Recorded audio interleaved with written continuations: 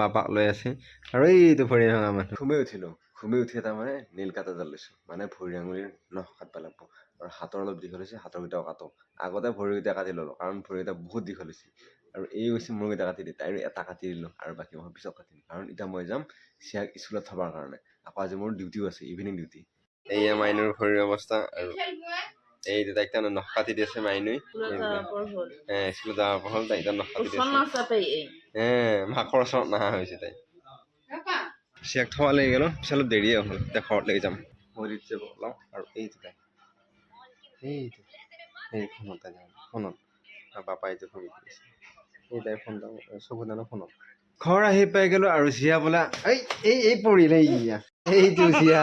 এই বোলে মোক বিচাৰি গৈছি বুলি কৈ আছে আইতাকৰ আগত সেই খা বস্তু এনেকে লৈছো খা বস্তু বুলি ক'লে দাউৰি আছে কেতিয়া আহিবি স্কুলৰ পৰা স্কুলৰ পৰা মাষ্টৰনে কিবা কৈছে নে নাই দেখছা তাইৰ কথা মোহন আৰু এই মাইনাই মোৰ কাৰণে ভাত লৈ আহি পালা Why you not come? Ma'am, I didn't know my mom legs are hurt. হয় নেকি Don't worry. তাৰপিছত কি বুজি গৈছে ডাঙৰ কথা হ'ল নহয় তো কি ডাঙৰ কথা হ'ল ন মাৰ ভৰিবে আৰু সেই মায়ে বাপাক লৈ আছে আৰু এইটো ভৰি ভঙা মানুহ ঘুমি আছে ভাত আনি থৈ দিছে ভাতটো খাওঁ নকলে ভাতটো খাই ওলাওঁ এই ভাতটো খাই ঘুমাওঁ কাৰণ